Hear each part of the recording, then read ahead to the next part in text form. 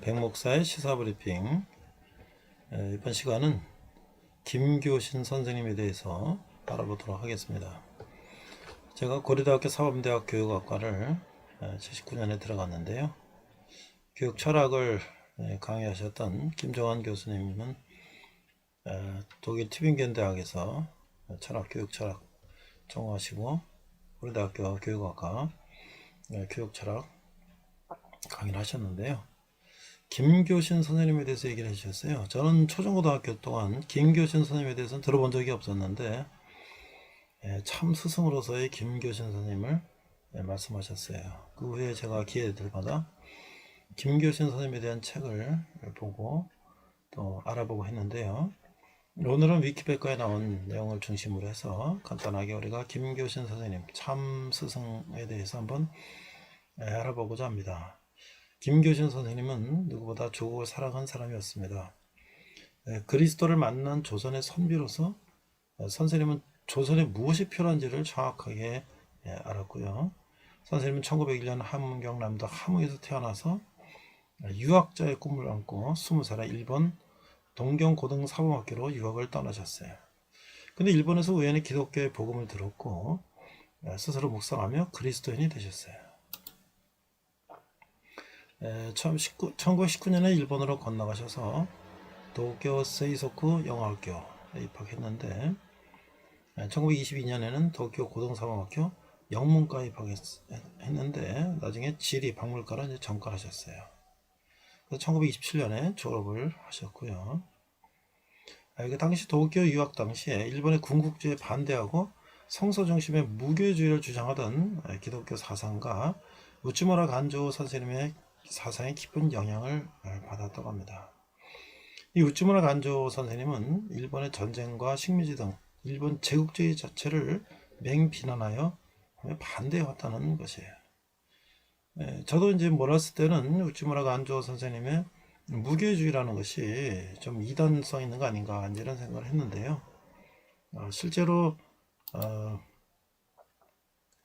그 우츠무라 간조 선생님은 교회 타락성에 대해서 염려하며 신앙의 순수성을 강조하는 의미에서 이제 어떤 무교주의지 어떤 다른 어떤 뭐 이단성이나 이런 건 아닌 거로 공부하면서 알게 됐어요. 그 김교신 선생님은 이제 그 당시에 유학생으로서 송두용, 유석동, 양인성, 정상원, 함석헌, 우리가 함석헌 선생님 잘 알고 있죠. 이분들과 함께 조선 성서 연구회를 조직해서 조선을 성서 위에서 세우기 위한 무교주의 운동을 시작하였어요. 그래서 이 김교신이 생각하는 기독교는 교회라는 조직과 그 속에서 유지되어 온 형식이 아닌 예수와 성서에 세우신 조선을 위한 기독교, 곧 선교사들의 사상적 지배에서 벗어난 한국인의 어렵다는 기독교 사상을 생각하고 실천하는 기독교다. 상당히 그 기독교의 순수성, 우리 자주성 이런 것들을 강조했던 거라고 생각이 들어요. 자, 김 교수님은 이제 교육하셔서 양정고등학교, 경기고등학교, 송도고등학교에서 지리학, 박물학 교사라서 기숙 학생들을 지도하고 물회산의 모임 등을 통한 민족정신 고취와 전인교육에 열정하셨다. 헌신하셨다. 유달령, 윤석종, 송기정, 구본술 등 많은 제자들이 김교신 선생님에게서 깊은 감화를 받았다. 이 타고난 체력이 천하장사와 같이 강건했으며 그의 고든 성격과 날카로운 외모로 인해 양칼이라는 별명을 가졌으나 수업이나 생활 속에서 자주 눈물을 흘릴 정도로 따뜻한 품성을 지녔다. 제가 여기서 송기정 마라톤 선수 송기정 선수의 그림을 사진을 올렸냐면요. 김교신 선생님이 양종고등학교에서 송기정 선수의 마라톤 코치를 하셨다 그래요. 일본의 유학 시절에 김교신 선생님은 마라톤 선수로도 뛰셨어요. 이 송기정 선수의 그 증언에 의하면 올림픽 선수 선발전이 이제 동경에서 열렸을 때 김교신 선생님이 앞에서 나를 인도해 주시면 나는 1등할 수 있겠습니다. 선생님이 나를 앞에서 인도해 주십시오. 해가지고 김교신 선생님이 이제 송기정 선수의 앞에서 뛰는 걸 이렇게 인도하셨다는 거예요. 그 정도로 이제 송기정 선수는 김교신 선생님의 정신적으로 많은 의지를 하며 운동을 해서 결국은 벨링올림픽의 세계 신기록으로 마라톤 우승을 하게 됐던 것이죠. 자, 유학에서 돌아와서 이제 1927년에 성서 조선을 창간하셨는데, 이 일제 시민 통치를 비판하고 조선의 부활을 노래했다는 이유로서 이제 폐간을 당하게 됐어요. 근데 그동안 15년 동안 선생님은 직접 혼자서 잡지를 다 만드시고 또 원고도 쓰시고 교정하시고 배달하시고 수금까지 하셨어요.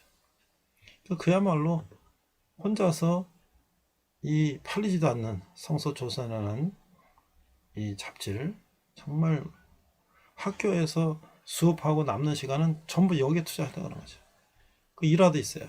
학교에서 무슨 이제 수업 끝나고 무슨 행사가 있다고 다 모이라 그러는데 선생님은 이거 이제 성서조선 배달하고 막 바쁘니까 가야 된다고.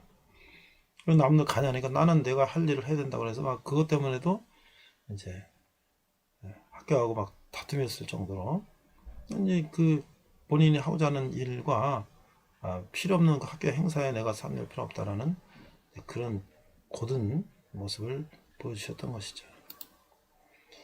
그래서 이제 이 잡지를 가지고 서점에 가면 뭐 이런 걸 왜 가져왔냐, 팔지도 않는 걸 하면서도 그걸 그렇게 고생하면서 이 잡지를 발간하고 판매하고 했다는 것이죠.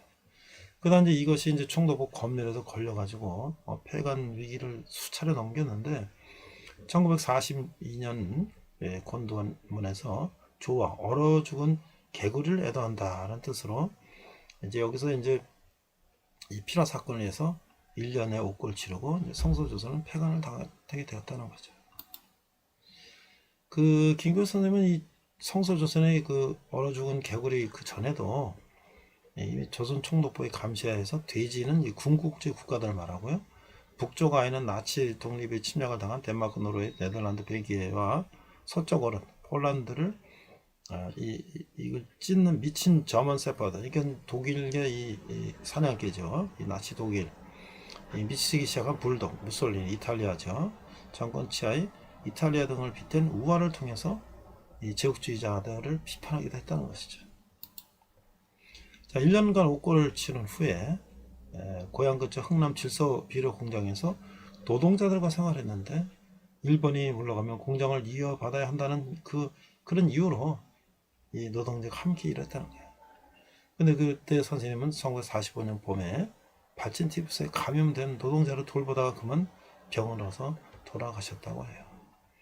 이 김교수 선생님이 남기신 그 일기라든지 성서조선 이런 것들은 해방 직후에 부족했던 한국어 교육의 교본으로 사용될 정도로 뛰어났으며 그 속에 담긴 김교수의 투철한 교육 철학과 교육 현장의 생생한 이야기들은 후배 교사들에게 많은 영향을 끼쳤다고 해요.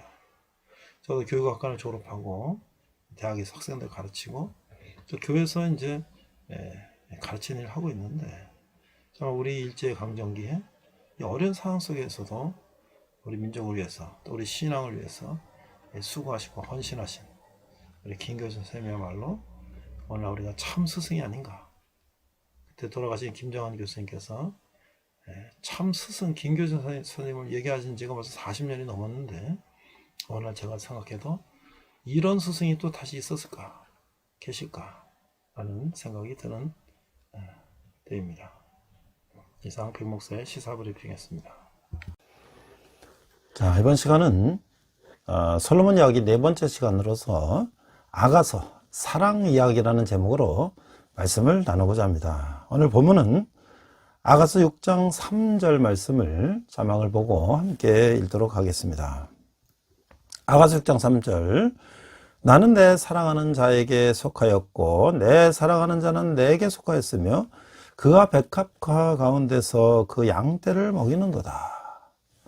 자, NASB 버전입니다. Song of Songs 아가서 6장 3절 I'm my beloved and my beloved is mine. He who pastures his flock among the lilies. 이렇게 돼 있어요. 자, 이 아가서는 무엇인가? Song of Songs. 이 노래 중에 노래다. 자, 이 그리스도와 사랑에 빠진 교회. 교회와 사랑에 빠진 그리스도. 그리스도와 교회의 그 사랑 이야기. 물론 겉으로 보이는 것은 솔로몬과 술람 여인의 사랑으로 보이지만 그 안에 있는 어떤 의미의 사랑이 있는가를 우리가 한번 이번 시간 나눠보고자 합니다. 자, 사랑이란 무엇입니까? 가장 흔한 질문이면서 가장 어려운 질문이다. 또한 가장 중요한 질문이면서 가장 식상한 질문이다 라고 하는 것이죠. 사람들은 누구나 다 사랑에 대해서 잘 알고 있는 것 같지만 사실은 사랑에 대해서 제대로 알고 있는 사람은 드물다는 거예요. 사랑이라는 이름으로 행동한다고 해서 모든 사랑이 다 참사랑은 아니라고 하는 것이죠. 그렇다면 참사랑은 무엇일까? 아가서를 보면 아가서는 우리에게 참사랑이 어디에 있는지를 보여주고 있다는 거예요. 사랑에 빠진 한 쌍의 남녀, 그들은 서로가 서로에게 무엇을 말하고 있을까요? 서로가 서로에게 어떤 행동을 할까요? 그들은 자신들의 사랑을 방해하는 장애물을 어떻게 극복해 나갈 수 있을까요? 아가서는 사랑에 빠진 남녀가 서로에게 고백하는 사랑시의 모음집이라고 하는 거예요. 그 아가서의 구조는 이 파악하기 좀 어렵다라고 이제 여겨져요. 남녀가 사이의 이 사랑의 절정인 결혼식 날 장면, 이 아가서 3장 6절에서 5장 1절을 중심으로 이게 동심원조 구조다. 원처럼 이렇게 돼 있다는 거예요. 처음에 이제 시작은 1장 1절에서 2장 7절까지 남녀 사이의 상호 사랑과 갈망이 시작되고 2장 8절에 17절을 보면 남자의 여자에 대한 초대가 있고 그 다음에 3장 1절에서 5절 보면 여자가 남자를 찾는 단계적으로 갔다가 가장 핵심이 결혼식 날이라는 거예요. 그 다시 이제 반원을 그리면서 다시 이제 대칭이 되는데 여자가 남자를 찾고 그다음에 여자의 남자에 대한 초대가 있고 남녀 사이에 사랑과 갈등이 갈망이 있다. 이 참 구조가 아주 대칭적으로 돼 있다는 것이죠. 자, 이 아가서는 남녀의 사랑, 즉 남녀의 정당한 결혼 안에서 이루어지는 성은 하나님의 선물이라는 것을 이제 아름답게 보여주고 있어요. 그렇다면 아가서에 등장하는 사랑에 빠진 두 남녀는 누구일까? 여기서 보여지는 것은 솔로몬과 술람이라는 거예요. 그렇다면 아가서에 등장하는 사랑에 빠진 솔로몬과 술람의 그 사랑은 다 이 남녀 간의 사랑을 넘어서 하나님과 이스라엘의 백성, 그리고 그리스도와 교회의 사랑을 상징하는 영적인 의미를 가지고 있다고 이렇게 생각이 되어지는 거예요. 자, 예수님을 믿는다는 것은 곧 예수님과 사랑에 빠진다는 것을, 그런 사랑에 빠진 사람이 된다는 것을 말하는 것이죠. 예수님과 사랑에 빠진 성도들은 아가서를 사랑한다고 하는 거예요. 아가서에서 예수님이 나에 대한 이 사랑 고백, 나의 예수님에 대한 사랑 고백을 발견하기 때문이라는 거예요. 우리가 예수님과 이 첫사랑을 알겠죠. 처음 예수님 믿었을 때 그 뜨거운 마음, 늘 기쁜 마음, 늘 예배 찬양 교회 가고 싶은 그 첫사랑의 마음을 이제 우리는 아가서를 통해서 느낄 수 있다고 하는 것이죠. 자, 이 줄거리를 보면 이 아가서는 원래 유대인들이 절기에 있는 5개의 두루마리 책 중에서 하나다. 그래서 6월절에 있는 책이라는 거예요. 이 책은 솔로몬과 그가 왕궁으로 데려온 술람이 하녀 간에 있었던 사랑을 묘사한 것이다. 그래서 1장, 2장은 서로의 아름다움에 대한 칭송이 나와 있다. 3장은 그 연에 대한 독백이 있고 4장에서는 솔로몬이 그녀를 찬미한다는 거예요. 5장에서는 그녀가 자기의 사랑하는 자를 찾지 못하는 꿈을 묘사하지만 6, 7, 8장에서는 그들은 다시 서로의 사랑 안에서 기뻐한다는 거예요. 앞에서 말한 것처럼 이 대칭되는 구조라고 하는 것이죠. 이 술람이 여인에 대한 전통적인 해석은 그녀는 수넴 마을의 여인으로 보고 있어요. 수넴은 북이스라엘 레바논 근처의 땅으로 솔로몬의 포도원과 별궁이 있는 곳이다라는 거예요. 그래서 수넴에 있는 이 여인은 자신에게 속한 포도원을 지키는 햇볕에 그을린 포도원직이었고 새끼 염소를 먹이는 목자였다는 거예요. 이런 점에서 술람 여인은 실존 인물이라고도 볼 수 있다고 하는 거예요. 여기서 에서의 이야기처럼 하나님이라는 단어는 한 번도 등장하지 않고 있어요. 그러면 이게 하나님의 사랑을 도처에서 상징하고 있다는 것이죠. 자, 근데 아가서를 해석하는 방법에는 몇 가지가 있는데 이 풍류적인 해석이 있다. 알레고리컬 띠어리가 있다. 유대인의 탈무드는 아가서에 나오는 신랑은 하나님이고 시몬은 이스라엘 회중이라고 말하고 있어요. 탈무드 아가서에 나오는 신랑은 이 기독교인들은 그리스도를 신랑으로, 그리스도의 교회를 신부로 여기고 있다고 하는 것이죠.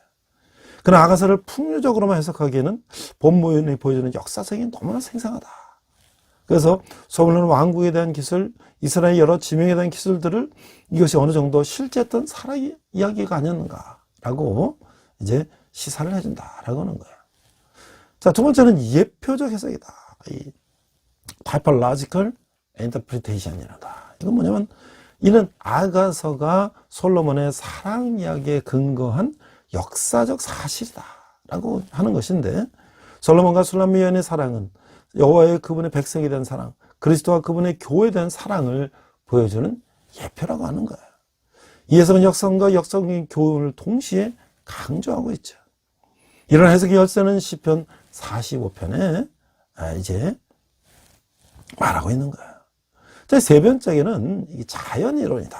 그래서 이거는 naturalistic theory다라고 하는 것인데, 아가서는 단순히 육감적 정서를 포함하는 사랑의 노래다. 전원적인 시로 보는 견해를 말하고 있다라는 거예요. 이 이론으로서 아가서가 영적인 책인 성경에 포함되어야 할 이유를 설명하지 못하는 거예요. 만약 이 이론대로 아가서는 이 세계 문학 전지면에 들어가 있는 그런 사랑 이야기가 되겠죠.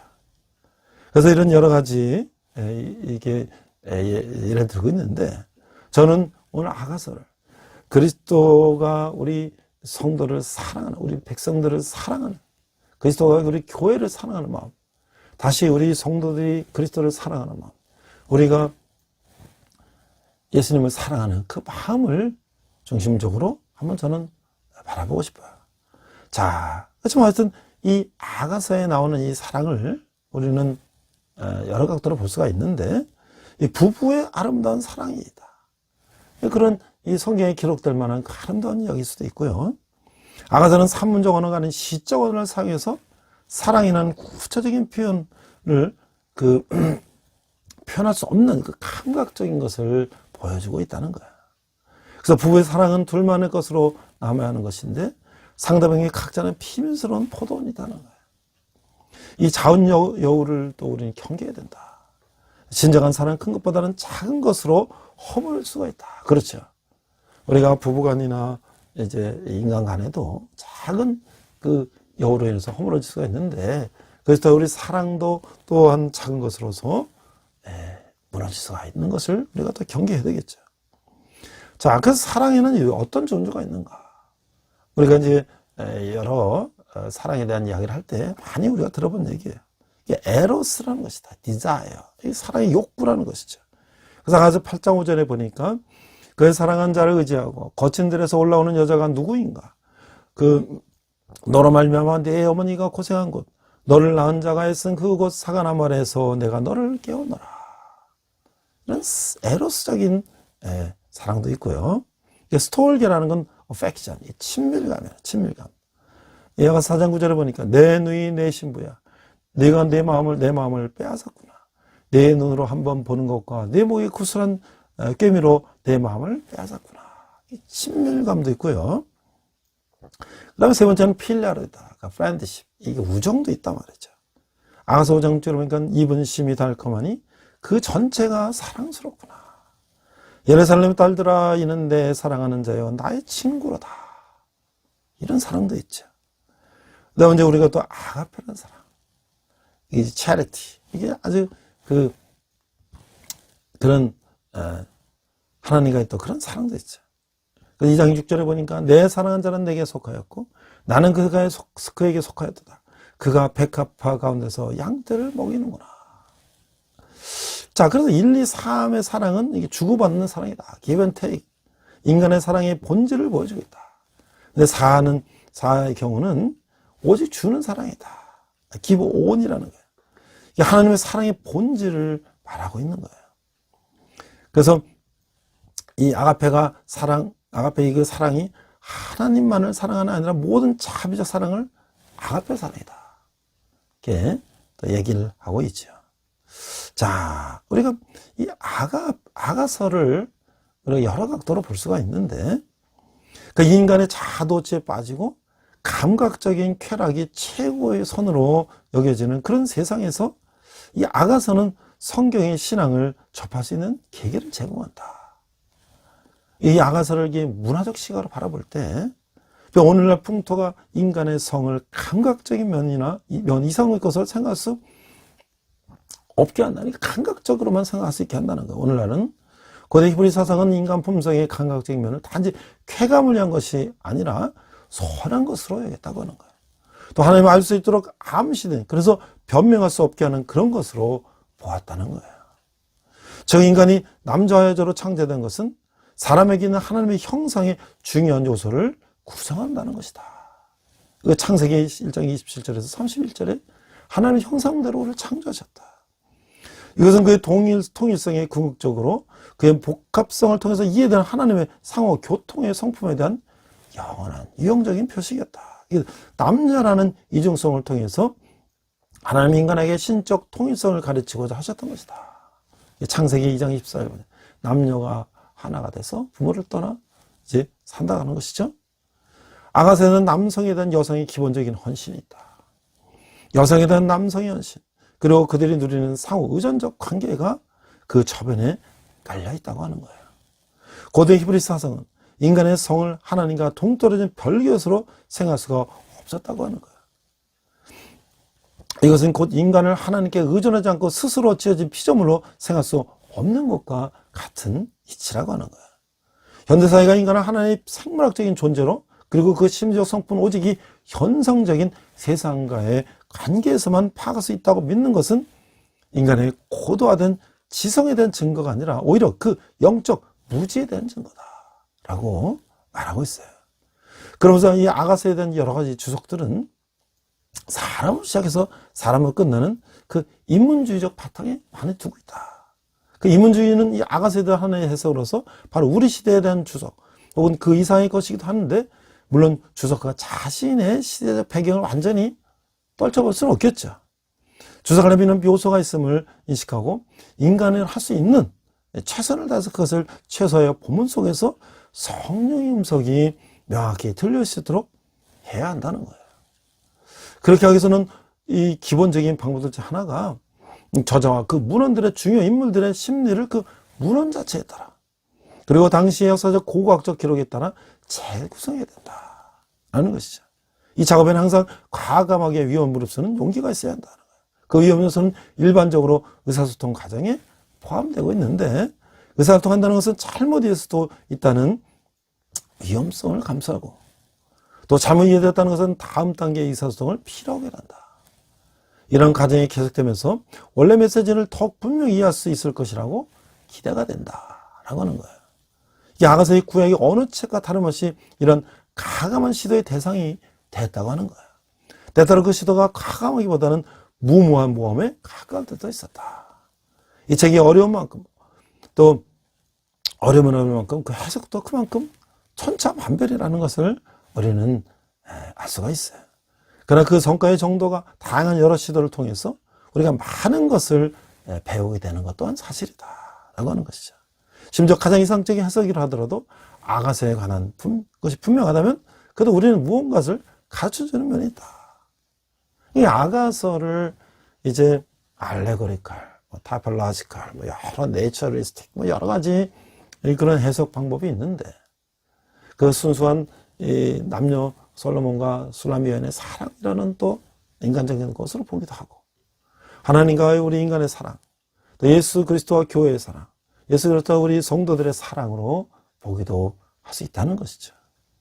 저는 오늘 하나님의 사랑을 받은 자가 얼마나 하나님을 사랑하고 나라와 민족을 사랑하는가 한 인물을 제가 오늘 중심으로 오늘 아가서를 저는 이해하고자 합니다. 앞에서 제가 말씀드린 것처럼 제가 대학에 처음 들어갔을 때 사범대학 교육학과에서 교수님 통해서 김교시 선생을 제가 들었는데, 저는 전혀 듣지도 못한 분을 이제 듣고서 그 후에 틈날 때마다 이 김교시 선생에 대한 생각을 해보고 또 공부를 해보았는데요. 이 김구신 선생님이야말로 하나님 사랑과 우리 백성들, 이웃과 이 사랑을, 나라 민족의 사랑이 얼마나 정말 그 사랑이 넘쳤는가. 자기 모든 것을 다 바칠 정도로 사랑하는 인물을 통해서 하나님 사랑, 우리 나라 민족의 사랑을 한번 여러분과 한번 나눠보고 싶어요. 자를 보니까 이 1936년 베를린 올림픽 마라톤에 우승한 송기정 선생이 이제 선수가 기상대에서 올라서 침울한 표정을 짓고 고개를 숙이고 이 멸관 이 올리브 를 들고 이렇게 찐 거 있죠. 올리브 멸관을 쓰고. 자, 그것이 바로 동아일보의 일장이 말살 사건에 나오는 그 장면이잖아요. 식민지 한 청년이 이제 세계대회에 나가서 우승을 했는데 자기 나라의 국기를 달지 못하고 식민지 청년으로서 식민지 국가에 국기를 달고 우승을 했을 때 얼마나 참 이 마음이 참 아팠을까요? 그래서 이 올림픽 우승 당시 24살이었던 송기정은 양정고등학교 출신이다. 양정고등 보탕학교에 재학생했다. 늦은 나이에 양정고등학교에 입학한 그는 평안북도 신의주 출신의 고학생이었다. 그래서 자신의 가슴에 붙은 일장기가 부끄러워했고 당대 최대의 조선인 마라토너인 이후로 평생 잊을 수 없는 선생이 바로 김교신 선생이었다. 김교신은 1901년에 출생해서 1945년에 돌아가셨어요. 그 송기정 선수는 이렇게, 김교신 선수는 이렇게 회고했어요. 그냥 바라만 보고 있어도, 아니, 선생님이 계시다는 생각만 하고 있어도 무엇이 저절로 배워지는 것. 그런 분이셨다. 이 김교신은 양정고등학교에서 교사 생활 가장 긴 12년을 근무했다고 해요. 그래서 이 여러 제자를 길러냈는데 그중에 이 송기정이 맡은 코치를 해갖고 그중에 송기정 선수 하나의 제자였다는 거예요. 그 1936년에 1년 전에 동경에서 이제 벨리올림픽 국가대표 선발전이 일었는데 송기정 선수 요청으로 이 선생님이 앞에서 자동차로 달리면서 나를 이렇게 코치해달라. 그래서 송기정 선수는 선생님 얼굴을 보면서 뛰겠다고 했다. 라고 하는 것이죠. 자, 이 김교신 선생은 만 44세의 짧은 생을 살았다. 그리고 그가 평교사 생활과 이 정기 독자 수백 명의 작은 잡지 하나만 가지고 살다가 평생 삶을 마친 인물이다. 그래서 그가 제자들에게 또 독자들에게 끼친 정신적 영향은 우리가 측량하기가 어렵단 말이죠. 그 1901년생인 김교신은 일제로부터 해방되기 직전에 사망했어요. 그래서 해방 후 대한민국 역사에서는 존재하지가 않는 인물이에요. 그러나 김교신은 한 명의 교육자가 소수의 제자에게 끼친 영향이 어떻게 세상을 바꾸는지를 실증한 하나의 예가 된다고 하는 거야. 그래서 이제 이 여러 가지 글들을 통해서 그가 어떤 삶을 살았는지를 이제 이렇게 설명하고 있어요. 자, 이 김교신 선생에 대한 그 여러 사람들이 그에 대해서 이제 회고를 하고 있는데, 이 충남 홍성에 풀목원이라는 곳이 있는데, 거기 이 주옥루라는 분이 이렇게 말했어요. 그는 평민적인 진정한 기독자이며 성서신앙의 확립자요, 진리에 근원한 애국자요, 우리 역사 최초의 참된 한국인이었다. 라고 그를 이제 말하고 있어요. 또 김교신은 또 이제 그 무교주의 그런 신앙을 조선에 알렸다. 그래서 저도 그렇습니다만 이 무교주의라는 게 뭘까? 어렸을 때는 여러 가지 이제 오해됐어요. 근데 이제 함석헌, 유달령, 장기래 박사 이런 사람들이 그 계보에 있었다. 그래서 오늘 한국에 또 이 무교주의라고 하는 하나의 어떤 그룹을 형성했다고 하는 것이죠. 자, 그런데 이제 앞서 말했던 김교신 선생이나 여러 이제 그런 분들이 그분들의 이 영적인 스승을 이제 일본의 지성 우찌무라 간조 선생을 얘기하고 있죠. 1927년 7월에 일본 유학을 마치고 돌아온 조선인 6명이 잡지를 하나 만들었는데 그것이 바로 성서조선이다. 우리 이름을 생각해 보세요. 성서와 조선. 또 성경과 조선을 사랑하는 사람들이 그걸 만들었겠죠. 그래서 거기에는 김교신과 함석헌, 양인성, 유석동, 정상훈, 송두용 등 그런 6명이 이제 일본에서 유학 시절에 우찌무라 간조 선생이 제자였다. 그래서 김교신의 이제 동지이자 같은 학교를 다녔던 함석헌이 우찌무라부터 선생으로 받던 영향은 잘 알려있다. 그래서 함석 선생은 일본에게 30년간 총살을 했더라도 적어도 4개는 우찌무라 하나만을 가지고도 바꿔도 남습니다. 그만큼 그의 영적인 영향이 컸다고 이제 강조를 하고 있는 것이죠. 그 역시 김교진 선생도 우찌무라 선생에 대해서 상당한 이제 존경심과 영적인 지도를 받았다고 하는 거예요. 근데 이 우찌무라 간조라는 사람도 참 이게 일본에서 정말 일본의 지성이라고 이제 인정받을 만한 사람이에요. 왜냐하면 그 일본이 전쟁을 하고 제국주의를 통해서 침략하고 여러 나라를 쳐들어가고 하는 걸 볼 때에 그것을 반대했다는 것이죠. 일본의 제국주의 침략을 반대했다는 것이죠. 그러니까 일본에서는 그 사람이 바로 국가의 적이 된 거예요. 국가의 적. 그건 반역자지. 천황과 이 정부가 하는 그런 정책을 반대하는 거니까 바로 이건 반역자에 해당되는 것이죠. 그래서 일본이 무역을 바탕으로 이런 팽창주의를 달려갈 때 그 우찌무라의 무교주의가 병역을 거부하고 국가주의에 반대한다는 것은 이들의 신념의 논리적 귀결이었다. 그래서 러일 전쟁을 전환 시기에 우찌무라 선생은 이렇게 얘기했다는 거예요. 나는 러일 전쟁 하지 말자는 비개전론자일 뿐만 아니라 전쟁 절대 폐지론자다. 전쟁의 이익은 강도의 이익이다. 러시아가 만주를 빼앗으면 일본이 위태롭다고 하는 사람이 있다. 그러나 20세기 오늘날 중국식 중요 도덕을 국민에게 강요하는 것은 그 자체가 일본의 존재를 가장 위태롭게 하는 것이다. 어떻게 보면은 그 우찌무라 선생이 하나님의 이 평화의 뜻을 세상에 추구하고자 일본의 이 반역에 해당하는 그런 어떤 그런 이제 죄에 해당하는지라도 그가 그런 걸 반대하고 하나님의 뜻을 따르는 것을 강조했을 때 아마 동경의 그 유학생들은 정말 이분이야말로 우리의 영적 스승이라고 생각할 수가 있겠죠. 자, 그런데 이제 이 우찌무라 선생님이 이렇게 얘기했다는 거예요. 나한테 애고 싶다고 생각했다. 나는 청년실에 늘 외국 친구들의 말하기를 나에게는 2개의 죄가 있다고 한다. 그 첫째는 제저스, 예수고 다른 하나는 재팬이다. 그러니까 그 선생의 제자들은 어떻게 생각해요? 우리에게는 재팬이라는 그 죄는 조선이다. 라고 생각할 수가 있겠죠. 그래서 김교전을 비롯한 그 제자들은 그 스승으로부터 배운 그 영적인 가르침을 가지고 이 성경, 하나님의 말씀과 그 다음에 우리 조선을 사랑하는 그 마음으로 그들이 이제 성서조선 책을 만들어서 그걸 배포하고, 사실 성서조선은 거의 김교 선생이 양정고등학교 선생하면서 혼자서 그걸 만들어서 글을 쓰고 인쇄하고 자전거로 배달하고 정말 수금하고 말이죠. 그런 정말 혼자서 모든 것을 다 했던 그런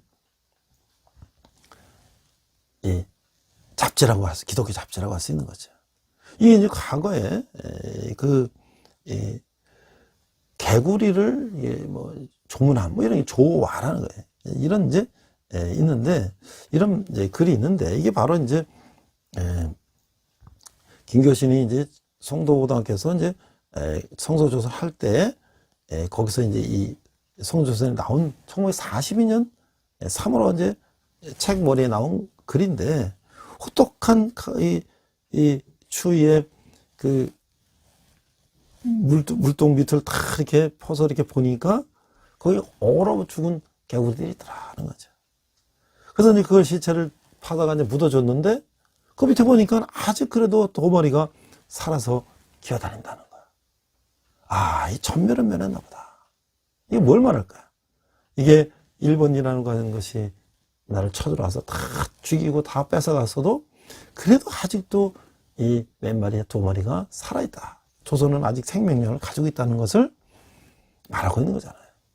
그러니까 이것이 이제 이 문제가 돼서 또 잡혀가고 또 옥고를 치르고, 그래서 1년간 서대문 황무소에 가서 옥고를 치르고 이 성소조선도 이제 폐간되고 말이죠. 이러한 이제 어려움을 당했다고 하는 거야. 그 앞서 얘기했던 이제 이 성소조선의 이런 어떤 하나님과 이 조선이라는 이 나라와 또 우리 민족을 사랑하는 그 마음이 중요함에도 불구하고, 많은 이제 일본 이제 기독교에서는 무교주의라는 이제 그런 말들을 가지고 이단시하거나 또 이제 이들을 터부시하는 그런 일이 있었다는 거예요. 사실 주문학 안조 선생이나 이분들이 무교주의에 대한 이야기는 교회의 타락상을 보고서 차라리 그럴 바에는 우리가 하나님께 단독자로 나서는 게 낫다고 하는 그런 어떤 프로테스트적인 의미에서의 무교주의지, 모든 정통적인 교회를 다 부정하는 것은 아니라고 하는 것이죠. 그것은 얼마나 그들이 하나님을 사랑하고 조선을 사랑하고 조선의 백성을 사랑함으로써 정말 오로지 진정한 사랑을 추구하려고 했던 그 마음에 발로가 아니었는가, 저는 그런 생각이 듭니다. 오늘 우리가 다시 한번 야가서를 통해서 보면서 우리가 이제 리더로서 우리는 어떤 삶을 살아야 될까? 자, 히브리서는 혼은 이렇게 말했어요. 모든 사람은 결혼을 귀히 여기고 침소를 더럽히지 않게 하라. 음행하는 자들과 간음한 자들을 하나님은 심판하시리라. 히브리 13장 4절 말씀이에요. 어떤 사람들은 불륜받는 리더도 여전히 조직을 훌륭히 잘 이끌 수 있다고 주장하기도 해요. 우리도 뭐 이 기업에 보면 뭐 여러 가지 그런 문제가 있음에도 불구하고 뭐 기업을 또 한 사람도 있고 그렇죠. 근데 그러나 그 두 가지가 영향을 끼치지 않는다. 그래서 이 증인들 앞에서 하나님께 한 서약을 깨뜨리고 아내와 자식을 속이고 사랑하는 이들의 신의를 고의로 저버린 자가 자기 조직원들을 정직하게 대하리라고 어떻게 번역할 수 있나요? 사명의 한 부분에서 이중성을 보인 사람들은 다른 것에도 동일하게 이중적일 수가 있다는 거예요. 이들 전문가의 조사에 따르면 그 유수한 회사의 성공한 최고 경영자들 60명을 보니까 거의 대부분이 첫 번째 결혼을 유지하고 있었다 라고 하는 거예요. 신라 중재를 중시한 이들은 기업에서도 물론 부부관계에서도 흠이 없는 순전한 온전한 삶을 살고 있다라고 이야기하는 거예요. 하며 그리스도의 신부인 영적 리더들에게는 말할 나위도 없다는 거예요. 아가 4장 7절에 보니까 나의 사랑 너는 어여쁘고 아무 흠이 없구나. 5장 2절 내가 잘지라도 마음이 깨었는데 나의 사랑하는 자의 소리가 들리는구나. 문을 두드려 이르기를 나의 누이 나의 사랑 나의 비둘기 나의 완전한 자야 문을 열어다오. 내 머리에는 이슬이 내 머리털에는 밤슬이 가득하였다 하는구나. 온전한 이들에게는 확실한 권위가 수반된다고 하는 거예요. 온전함이 없는 리더도 좋은 사업을 추진할 수 있지만 사람들의 충성은 얻지 못한다는 것이죠. 타당성 있는 사업도 자기 삶의 흠 때문에 훼손되기 때문이라는 것이죠. 물론 훌륭한 리더십이 온전함만으로 보장되는 것은 아니죠. 아닐 수 있죠. 그러나 리더는 능력도 있어야죠. 하지만 따르는 사람들이 아직 리더처럼 확실한 비전을 보지 못하고 있을 경우에 리더 온전함은 좋은 영향을 끼칠 것이다. 이 온전함은 저절로 우연히 생기지 않는다는 거예요. 그 리더가 의식적으로 개발해야 하는 것이고 리더가 개발할 선풍적인 하나는 온전함이다 라고 하는 것이죠. 우리는 그 리더의 비전을 알고 이제 리더를 따르게 돼 있어요. 그러나 우리가 그런 걸 알기 전에 그 사람이 어떻게 살아온 사람인가, 어떤 삶을 사는 사람인가를 우리가 먼저 바라보고 그를 다르게 된다는 것이죠. 그래서 결국 우리가 연합과 사랑과 하나됨이라는 건 무엇이냐. 술라미에는 사랑하는 사람에게 자신을 항상 지니게 되는 도장같이 팔에 두라고 이야기하고 있어요. 8장 6절에 보니까 너는 나를 도장같이 마음에 품고 도장같이 팔에 두라. 사랑은 죽음같이 강하고 질투는 수월같이 잔인하며 불갱이같이 일어나니 그새가 여호와의 불과 같으니라. 당시에 이제 지위가 높은 사람들은 우리에게 인감도장이 나죠. 인장 반지, 도장을 항상 가지고 다녔다는 거예요. 그걸 찍어서 이제 증명을 하는 것이죠. 네, 그러므로 이 표현은 그 권위를 상징하는 도장만큼이나 소중하고 보배로운 사람이 되려는 바라는 그 마음을 드러내는 것이다. 더 나아가 그녀는 사랑하는 이에 대한 자신의 사랑이 피할 수도 고양할 수도 없는 죽음같이 강한 것이다 라고 말하고 있는 것이죠. 예술라면에 있는 고백은 죽을지언정 예수님을 버리지 않았던 순교자들의 믿음을 떠올리게 하는 거예요. 아가서는 남녀가의 사랑을 영적인 사랑으로 승화시켜서 영적인 사랑의 아름다움과 영광을 생생하게 묘사하고 있는 것이죠. 아가서를 통해서 우리는 왜곡된 현대 결혼과 사랑과 성을 거부하고 아름답고 참되고 거룩한 하나님의 결혼관과 사랑과 성에 대한 가치를 발견해야 될 것이다 라고 하는 것이죠. 또한 남녀 간의 연민과 연합과 사랑과 하나됨이 있는 것처럼 하나님을 사랑하는 사람도 그러면은 연민과 연합과 사랑과 하나됨이 있어야 된다. 그래서 우리는 남녀 간의 사랑과 그 헌신적 무한적인 그 사랑을 우리가 바라보면서 우리 하나님에 대한 그 헌신과 무한의 사랑, 또 하나님의 백성에 대한 그 무한함의 사랑을 이제 우리는 가져야 할 것이죠. 그래서 앞서 말한 이 김교수 선생에 대한 마지막 그의 인생의 마지막 시기는 이랬다고 하는 거예요. 이 김교수 선생이 양정고등학교에서 이제 나오고 그는 이제 성소정도 폐간되고 결국은 그는 이제 한경도에 가서 이제 노동자를 해서 그 마지막 삶을 사는데 그 얼마나 열심히 일을 했는가. 그래서 양정고등학교 시절에는 말이죠. 마포에 있는 집하고 정릉, 학교가 마포에 있었잖아요. 말레이시아 거기에 양정고등학교 있었는데 그래서 정릉에 사는데 그 자전거 타고 다녔다. 그 정릉식에는 돌을 주어서 그 소재감을 짓고 이 성서조서를 만들고 그거를 모든 걸 다 자기가 하면서 또 밭도 경작하고 이 정말 이 가수원도 하고 어떻게 그런 열심히 일하셨을까? 하나님을 사랑하고 민족을 사랑하고 흙을 사랑했다. 이것이 김교신의 신조였다. 그 사랑하는 마음이 있으니까 그 모든 것을 바쳐서 그 시간을 쪼개서 일을 하는 것이죠. 그래서 1942년 성소전 사건으로 1년을 복역한 김교신은 출옥 후에 더는 교사 생활과 성소전 발간이 이제 불가능해 있어서 고향 근처인 한경도 흥남으로 가서 이 공장에 가서 이제 취업을 했어요. 그 흥남 칠서버로 공장이 옛날에 해군 군수공장인데 거기서 이 노동자들과 그들을 이제 돕는 일들을 했다는 것이죠. 그래서 이 공장에 5천 명의 조선인들이 지용돼서 열악한 환경에서 비인간적인 대우를 받으면서 일하고 있었다는 거예요. 이 근로가 직원이 된 김교신은 후생, 노무, 의료, 주택 등 조선 노동자들의 노동 환경과 생활 환경 개선에 실력을 했다. 그래서 그 성서조선 그룹의 핵심적인 노평구라든지 또 그 제자 유달령 이 사람들 불러서 농장을 관리하게 하고 이렇게 했다는 거야. 그리고 이 제자들은 그 일기에서 이렇게 썼어요. 조선인들은 이 김계장이 김교수 선생님이 말하는 거죠.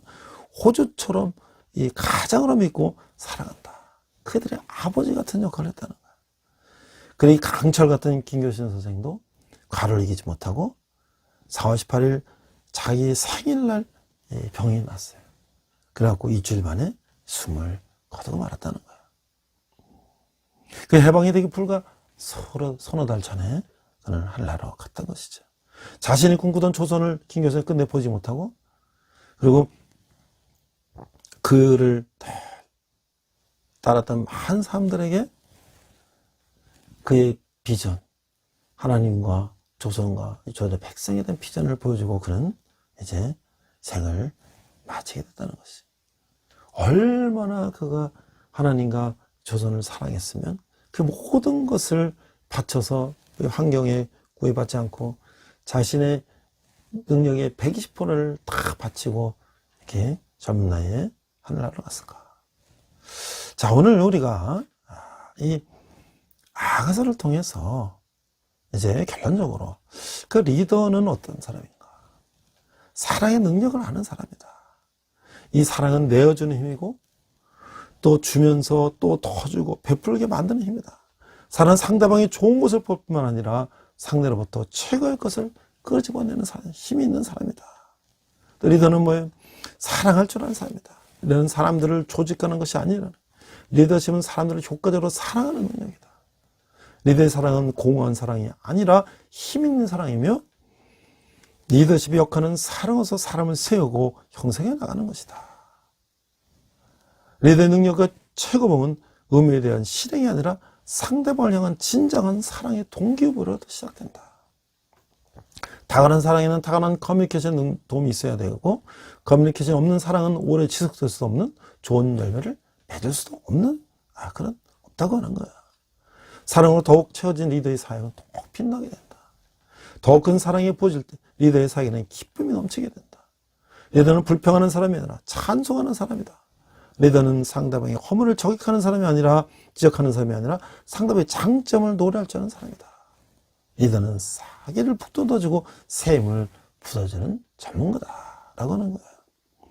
그래서 오늘 우리가 이제 이 아가서를 하나의 하나님을 사랑하는 그 리더로 볼 때 아가서는 이 사랑의 책인데 아가서는 두 남녀 간의 사랑이 묘사되어 있고 신랑 신부가 만나는 사건이고 두 사이의 이별이 있고 서로가 그림이 있고 다시 만나는 그런 기쁨의 묘사가 되어 있죠.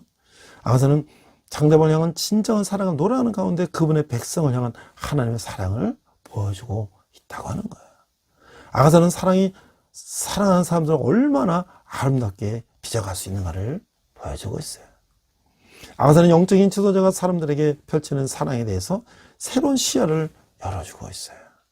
아가서는 지도자의 사명이 언제나 어둡기만 한 것이 아님을 잘 보여주고 있어요.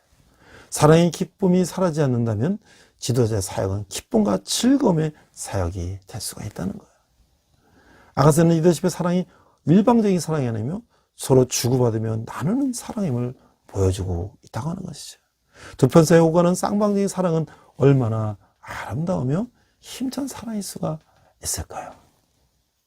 의무를 넘어서는 사랑, 스스로 지치지 않는 사랑, 베풀고 베풀면서도 더 베풀기를 원하는 사랑이 아가서에 묘사되고 있다는 거예요. 리더십은 긴장된 가운데 밀고 당기는 관계가 아니라 건강하고 친밀한 관계 가운데 가장 잘 실현된다고 하는 것이죠. 오늘 우리가 아가서를 통해서 이차원적으로는 우리가 남녀의 사랑의 아름다운 사랑을 생각하면서 2차원, 3차원적으로 이제 그것이 그리스도와 교회, 그리스도와 성도들의 사랑을 생각하면서 그런 사랑을 우리 받은 우리들은 이 나라 민족과 우리 이웃을 위해서 어떻게 그 사랑을 우리가 실천하면서 이 세상 가운데 살아야 되는가를 생각하는 그런 시간이 되기를 주님의 이름으로 축원합니다. 기도하겠습니다. 하나님 아버지 은혜를 감사합니다. 우리가 아가서를 통해서 하나님의 첫사랑을 다시 한번 회복하게 하시고 우리가 정말 하나님을 사랑하는 것처럼 이웃을 사랑하고 이 나라 민족을 사랑하는 우리가 될 수 있도록 인도하여 주시옵소서. 감사드리며 예수님 이름으로 기도했습니다. 아멘.